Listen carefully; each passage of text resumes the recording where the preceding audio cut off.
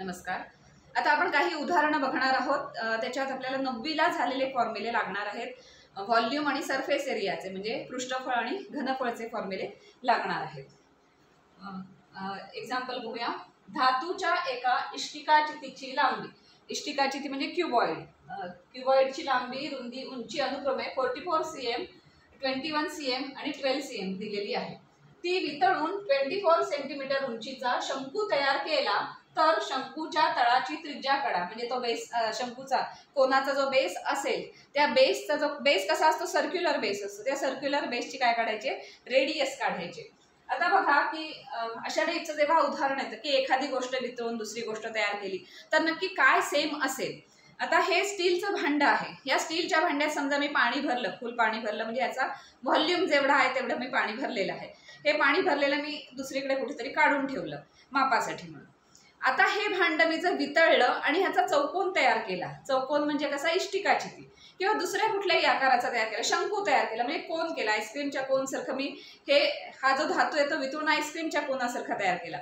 आता जे बाजूला काढून ठेवलेलं पाणी आहे, म्हणजे ह्या भांड्यातलं पूर्ण भरलेलं व्हॉल्यूम इतकं भरलेलं पाणी जे आहे ते त्या शंकूमध्ये किंवा त्या चौकोनामध्ये, म्हणजे जो बॉक्स तयार केला आहे ह्या स्टीलपासून, त्या बॉक्समध्ये जर तुम्ही ओतलं तर ते बॉक्स पूर्ण भरेल. म्हणजे किती होणार आहे, त्या बॉक्सच्या किंवा त्या शंकूच्या व्हॉल्यूम इतकं ते पाणी जाईल.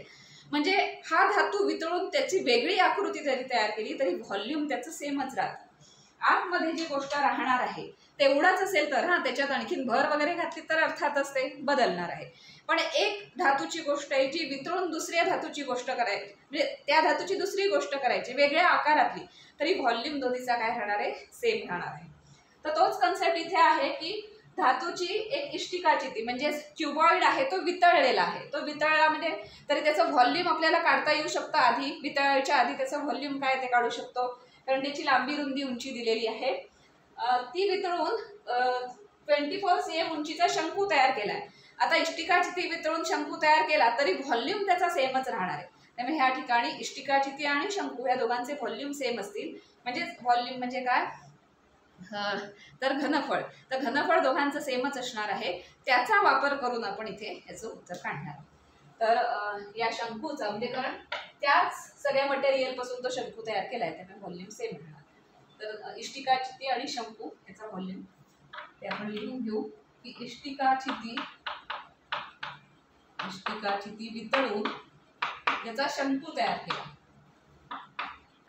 वितळवून त्याचा शंकू तयार केला.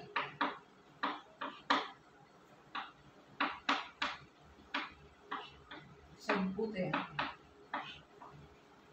म्हणून काय झालं की दोघांचे व्हॉल्यूम सेमच राहणार आहे. म्हणून इष्टिकाचितीचे घनफळ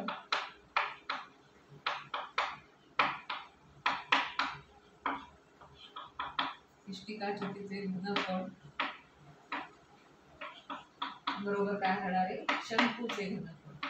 आता दोन्हींच्या घनफळाचे फॉर्म्युले माहिती असायला हवेत, म्हणजे हे उदाहरण सोडवता येईल. शंकूचे घनफळ, कारण एकाला वितळून दुसरा केला त्यामुळे आत राहणारी वस्तू तेवढीच राहणार आहे, जेवढी इथे राहत होती तेवढीच, वेगळ्या आकारात पण तेवढीच वस्तू राहणार. मग आता इष्टिकाचितीचे घनफळ काय असतं, लांबी गुणिले रुंदी गुणिले उंची. इथेच डायरेक्ट लिहिलं तरी चालेल किंवा हे घनफळ आणि हे घनफळ वेगळं काढून नंतर या इक्वेशन मध्ये व्हॅल्यूज घातले तरी चालेल. तर इष्टिकाचितीचे घनफळ म्हणजे काय, लांबी गुणिले रुंदी गुणिले उंची. आता ते दिलेली आहे सगळी, ते आपण घालू व्हॅल्यूज त्याच्या. आणि शंकूचे घनफळ काय, 1/3 पाय r² h. आता इथे r काय, h काय आहे वगैरे ते आपण बघूया. r आपल्याला काढायचंय, शंकूच्या बेसमेंटचा जो काही सर्कल आहे त्याची r रेडियस काढायची आणि हाईट म्हणजे उंची दिलेली आहे. लांबी, रुंदी, उंची हे इथे दिलेलं आहे, ते किती आहे, म्हणून 44 × 21 × 12 बरोबर काय आलं, 1/3. आता पाय किती घ्या असं म्हटलेलं नाहीये, त्यामुळे शक्यतो 22/7 घ्यायचा, कारण तो कॅल्क्युलेशनला सोपा जातो. 22/7 × r² काढायचं आहे × h हाईट. 24 सेमी उंचीचा शंकू आहे म्हणजे 20. काढायचं काय, आपल्याला r काढायचं आहे, त्यामुळे ह्या सगळ्या किमती आपण इकडे नेऊया. म्हणून 44 हा गुणाकार आधी केला नाहीये कारण इकडनं काही नंबर्स येणार आहेत, त्यामुळे कुठेतरी भाग वगैरे जाईल. त्यामुळे आता आधी असंच ठेवूया, सगळे भाग वगैरे दौडून झाल्यानंतर उरेल त्या सगळ्याचं काय ते गुणाकार करू. 44 × 21 × 12. आता इकडून गुणाकारात काय काय येणार आहे, इथे जे जे छेदात आहे डिनॉमिनेटरमध्ये ते सगळे इकडे न्यूमरेटरमध्ये येणार आहे. त्यामुळे × 3 × 7 आणि डिनॉमिनेटरमध्ये काय काय राहील 22 आणि 24. 22 × 24 इज इक्वल टू काय मिळालं r². हीच त्रिज्या आपल्याला काढायची. आता काय काय कॅन्सल होतंय बघूया. 22 × 22, 22 × 44, 12 × 12, 12 × 24. काय काय राहिलं 21, 3 आणि 7 म्हणजे 21 × 21 राहिलं आणि अपॉन इथे 2 राहिलेलं आहे. अजून काही जाते का बघूया. r² इच. अंशात आणि छेदात काय काय राहिलं तर इथेच लिहूया समोर. अंशात आता अजून एक 2चा पण भाग जाईल. इथे 22 2 44 करताना इथे 2 आले आणि इथे 2 आले, त्यामुळे 2 2. ते नीट सगळे भाग वगैरे दौडा आणि काय काय राहतंय बघा.